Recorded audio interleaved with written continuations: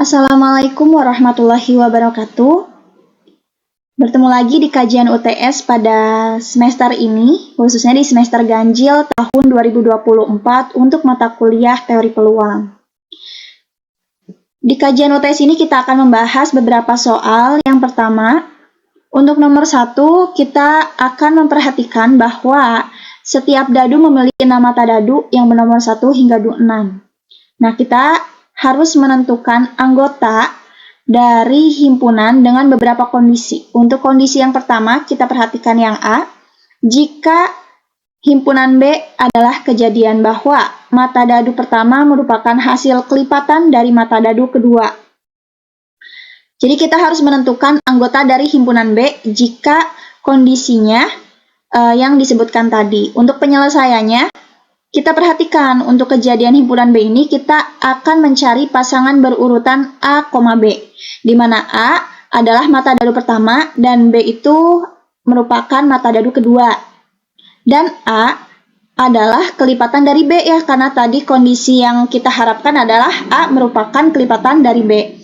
Atau jika kita hubungkan dengan materi modulo, artinya A modulo B itu hasilnya akan 0. Nah, kita harus mencari unsur-unsur kejadian B. Yang pertama kita cari A kelipatan 1, A kelipatan 2, A kelipatan 3, hingga A kelipatan 6. Untuk yang pertama, perhatikan A kelipatan 1. A-nya itu 2 ya. Maka kita dapatkan pasangan berurutannya adalah 2,1, 3,1, 4,1, 5,1 dan 6,1.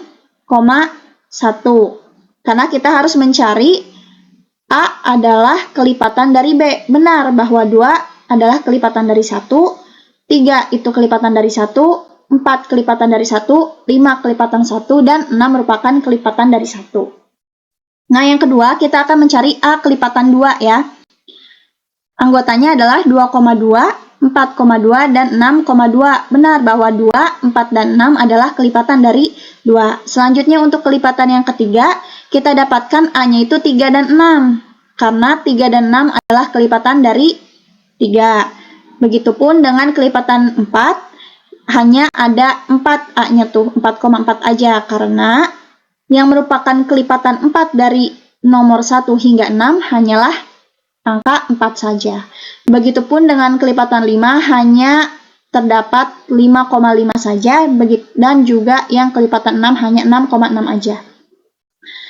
Setelah kita mencari dari A kelipatan 1 hingga A kelipatan 6, kita gabungkan pasangan berurutan yang telah kita dapatkan. Maka anggota dari himpunan B adalah 2,1, 3,1, 4,1 hingga 6,6 yang tadi kita dapatkan dari unsur-unsur kejadian B. Nah, untuk selanjutnya di kondisi yang kedua, kita harus mencari anggota dari himpunan C jika kejadian mata dadu yang muncul pada salah satu dadunya bernilai paling besar 3. Nah, untuk kejadian di himpunan C, kita mencari pasangan berurutan sama A, B, di mana salah satu nilai A atau B paling besar 3. Jadi, hanya antara A atau B-nya saja ya yang paling besar 3.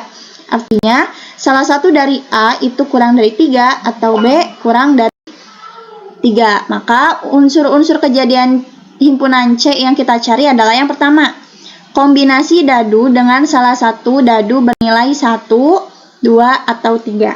Kemudian kita lihat untuk yang pertama itu 1,1, 1,2, 1,3, 1,4, 1,5, dan 1,6.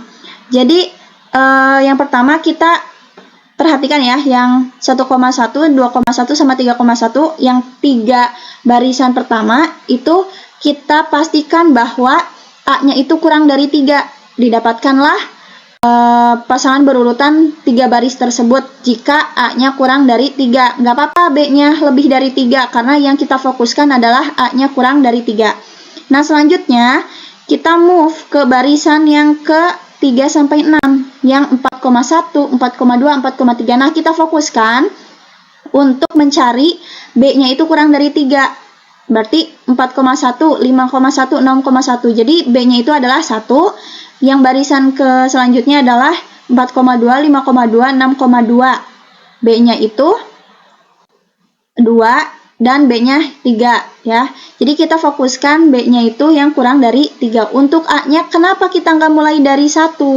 Karena jika kita mulai dari 1 akan tumpang tindih dengan yang di barisan pertama, yang 1,1. Padahal kan nggak usah ditulis 2 kali ya. Jadi kita mulainya dari 4, 5, dan 6 saja untuk mengisi nilai A-nya. Nah, setelah mendapatkan semua itu, kita tuliskan ke himpunan C, yaitu 1,1, 1,2, hingga 6,3 untuk kesimpulannya. Selanjutnya, untuk kondisi yang ketiga, kita harus menentukan anggota dari himpunan D jika kejadian bahwa hasil selisih dari dua mata dadu itu paling besar 3. Nah, untuk kejadian himpunan D ini, kita sama mencari pasangan berurutan A, B juga, di mana mutlak A kurangi B itu harus kurang dari 3. Atau selisih mutlak antara A dan B itu paling besar haruslah 3 sesuai dengan kondisi yang tadi kita harapkan ya. Nah, maka unsur-unsur kejadian D-nya adalah semua pasangan A, B dengan selisih mutlak antara A kurangi B paling besar adalah 3. Kita bisa mengurutkannya 1,1, 1,2, 1,3 hingga 6,6. Benar kan ya? 1 dan 1 selisihnya 0 kurang dari 3, benar. Terus 6 sama 4 selisihnya itu 2. Tapi ingat, mutlak ya. Berarti 1 sampai 3 itu bukan negatif 2, tapi 2. Nah, jadi teman-teman bisa perhatikan sifat-sifat dari kondisi yang memang diinginkan dari soal. Kemudian kita cari pasangan berurutan untuk anggota dari himpunan yang akan kita tentukan. Kemudian untuk yang D, kita perhatikan apakah himpunan B, himpunan C, dan himpunan A komplement itu saling gantung.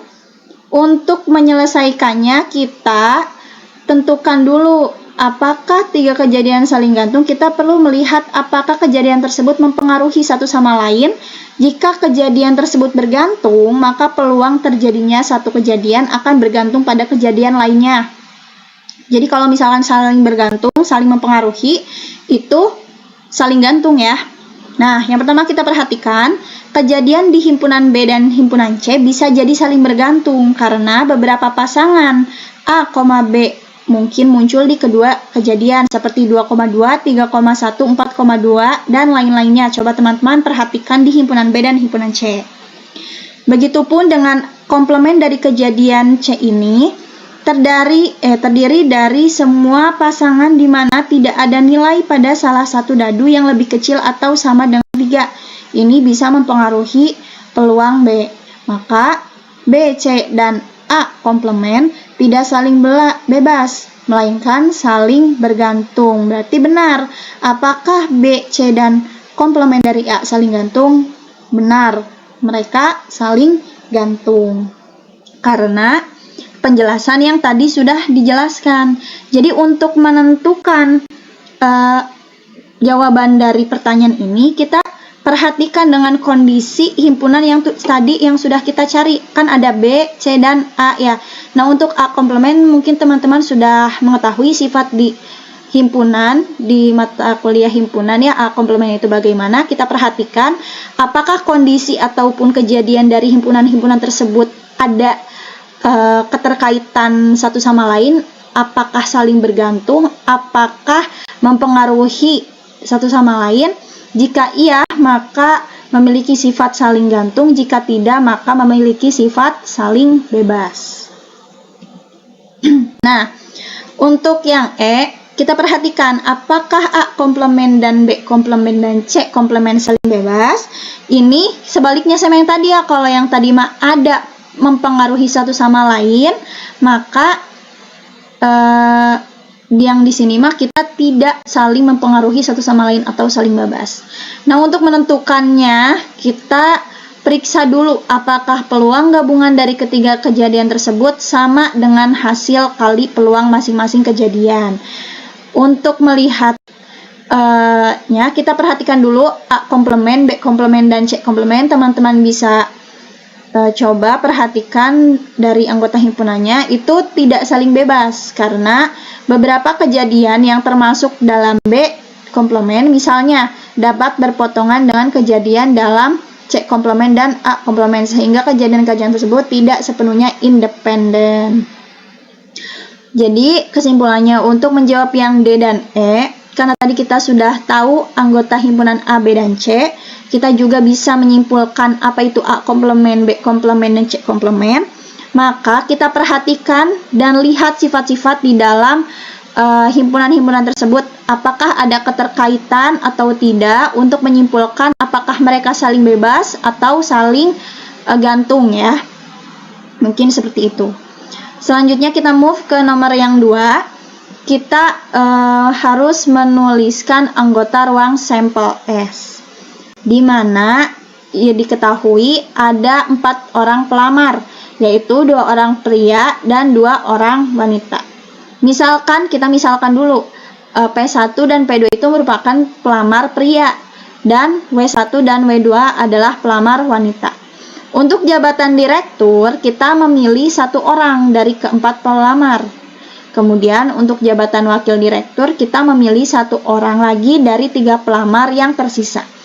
Maka anggota ruang sampel S atau semesta, perhatikan ya, urutan itu dipertimbangkan karena ini merupakan jabatan. Kan direktur, wakil direktur, sama sama pelamar yang tersisa. Jadi urutan itu dipertimbangkan dalam kondisi kejadian ini. Maka semua pasangan kejadian untuk direktur dan wakil direktur itu adalah P1, P2, terus P1 dan W1.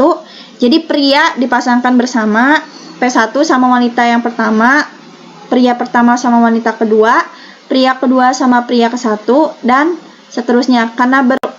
Karena urutan dipertimbangkan, maka boleh ditulis 2 kali si P1 dan P2. P2, P1, tapi tempatnya beda. Yang tadinya di A, B, jadi di B, A gitu ya. Jika urutan dipertimbangkan, maka boleh double A, B, bisa B, A gitu. Nah, kemudian kita harus menuliskan anggota S yang berkaitan dengan kejadian himpunan A, bahwa lowongan direktur diisi oleh pelamar pria. Jadi kejadian A adalah kejadian di mana direktur itu diisi oleh salah satu dari pelamar pria, nggak boleh wanita. Jadi direktur itu hanya bisa diisi oleh P1 atau P2 saja. Maka unsur-unsur kejadian A-nya adalah bisa P1 pria 1 jadi direktur, pria 2 jadi wakil, pria 1 jadi direktur, wanita 1 boleh jadi wakil. Ingat, di sini kita harus menentukan direkturnya saja yang pria boleh, berarti kalau wakilnya wanita. Maka untuk unsur-unsur kejadian A adalah sebagai berikut. Kita move ke yang C, di mana kita harus menentukan anggota S yang berkaitan dengan kejadian B, bahwa tepat 1 dari lowongan diisi oleh pelamar pria. Kejadian B adalah kejadian di mana tepat 1 dari 2 lowongan antara direktur ataukah wakil direktur harus diisi oleh pria. Jadi nggak boleh dua-duanya dijadiin cewek atau wanita ya. Salah satunya haruslah pria, tepat. Nggak boleh juga dua-duanya pria. Maka kejadiannya adalah di himpunan B sebagai berikut. Nah, untuk yang D, kita harus menuliskan anggota S yang berkaitan dengan kejadian C, di mana kejadian C ini tidak ada lowongan yang diisi oleh pelamar pria. Jadi, dua-duanya, direktur dan wakil direktur, haruslah diisi oleh wanita. Maka hanya dapat diisi oleh W1, W2, dan W2, W1. Mungkin cukup sekian kajian UTS untuk mata kuliah teori peluang pada semester ganjil 2024 ini. Semoga teman-teman sekalian dapat dimudahkan dalam mempelajarinya dan dalam mengerjakan UTS-nya. Terima kasih. Wassalamualaikum warahmatullahi wabarakatuh.